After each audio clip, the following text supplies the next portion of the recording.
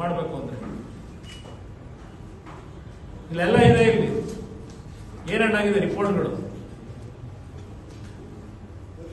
ಇಷ್ಟೆಲ್ಲ ಬಂದ್ರು ಇದರಲ್ಲಿ ಹೇಗೆ ನೀವು ಅಪಾಯಿಂಟ್ ಮಾಡಿದ್ರಿ? ಅದೇ 2014-15 ಯಾರೋ ಒಂದು ಕಂಪ್ಲೇಂಟ್ ಬಂತು ಹೇಳಿ 362 ಜನದ ಅಪಾಯಿಂಟ್ಮೆಂಟ್ ನ ಸ್ಟಾಪ್ ಮಾಡಿದ್ರಲ್ಲ.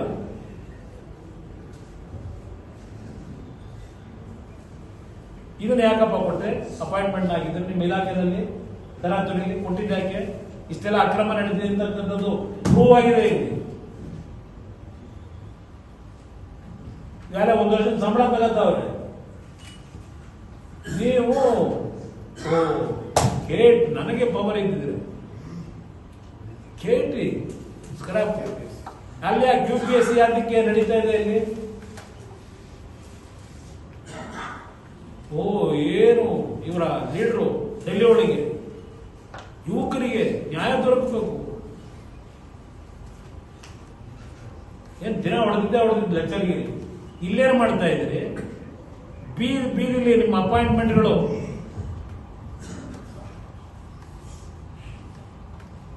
ಇವತ್ತು ನೀವು ನೇಮಕ ಮಾಡಬೇಕು. 18 ಜನ ಮೆಂಬರ್ಸ್ ಇವತ್ತು ಈ ಸರ್ಕಾರದಲ್ಲಿ ಮಾಡಿರೋದು KPSC ಮೆಂಬರ್ಗಳನ್ನ 18 ಜನ. ಯಾವ ಆಧಾರದ ಮೇಲೆ ಮಾಡಿದ್ರಿ? ಇನ್ನು ಸಚಿವ ಸಂಪುಟಗಳಲ್ಲಿ ಇಷ್ಟೆಲ್ಲ ಮಾತಾಡೋದು. ನಿಮ್ಮ ಸಚಿವ ಸಂಪುಟದಲ್ಲಿ ಇದು ನಡೀತಿರೋ ತಪ್ಪು ಅಂತ ನೀವು ಮಾತಾಡಕ್ಕೆ ಯೋಗ್ಯತೆ ಇಲ್ಲ ನಿಮಗೆ.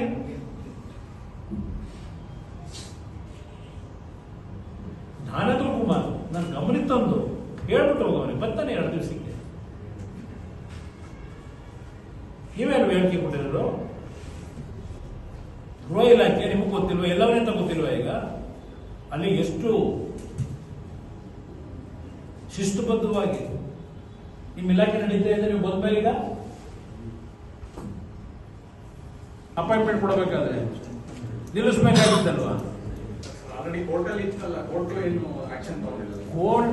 ಕೋರ್ಟ್ನಲ್ಲಿ ತೀರ್ಪು ಅಂತಿಮ ಬರೋದಕ್ಕೆ ಮುಂಚೆನೇ ಯಾಕೆ ಅಪಾಯಿಂಟ್ಮೆಂಟ್ ಕೊಟ್ರಿ?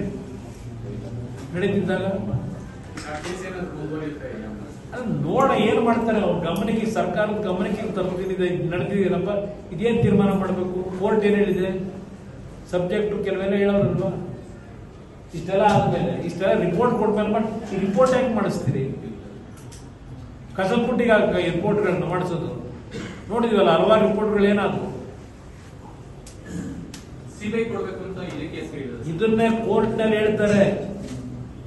ಅದಕ್ಕೆ ನಾನು ಓದೋದ್ನಲ್ಲ, CBI ಅಡ್ವೊಕೇಟ್ ಅನ್ನು ನೆಕ್ಸ್ಟ್ ಇಯರ್ಗೆ ಬರಬೇಕು, ಅವ್ರಿಗೆ ನೋಟಿಸ್ ಕೊಡಿ, ಅವ್ರಿಗೂ ಬರಕ್ಕೆ ಹೇಳಿ ಅಂತ ಹೇಳಿ ಆದೇಶ ಮಾಡುತ್ತೆ ಕೋರ್ಟ್ ಅಲ್ಲಿ.